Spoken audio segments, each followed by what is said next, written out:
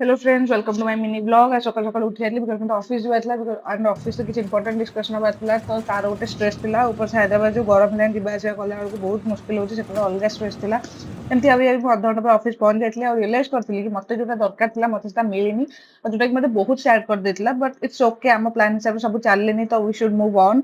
But आम life रे किछि लोक थांती जो माने हमहु केबे भी दुखी देखिया को चाहंतीनी आ एई प्लान टा होची सेथरु गोटे जे कि मते सैड देखि कि ना ମୋ ପାଇଁ ମୋତିଚୁର ଲଡ୍ଡୁ ଅର୍ଡର କରିଥିଲା। ମତେ ବହୁତ ଭଲ ଲାଗିଲା କି ଆମ ଲାଇଫରେ ଏବେ ବି ଲୋକ ଅଛନ୍ତି ଯୋଉମାନେ କି ଆମେ ସ୍ୟାଡ ହେଲେ ସ୍ୟାଡ ହେଇଯାଆନ୍ତି। ଆଉ ଆଜି ମୁଁ ଏମିତି ବହୁତ ଲୋକଙ୍କୁ ଦେଖିଲି ଯୋଉମାନେ ମୋ ପାଇଁ ବହୁତ concern. I am thankful for that. ଏମିତି ଭାବି ଭାବିକି ମୁଁ ଅଫିସରୁ ବାହାରି ଆସିଥିଲି। ଅଫିସରୁ ବାହାରି ଆସିକି ଟିକେ ଦି ସାଙ୍ଗ ମିଶିକି ବାହାରେ ଗସିପ କଲୁ, ଦେନ୍ ନିଜ ନିଜ ଘରକୁ ପ୍ରସ୍ଥାନ କରିଥିଲୁ।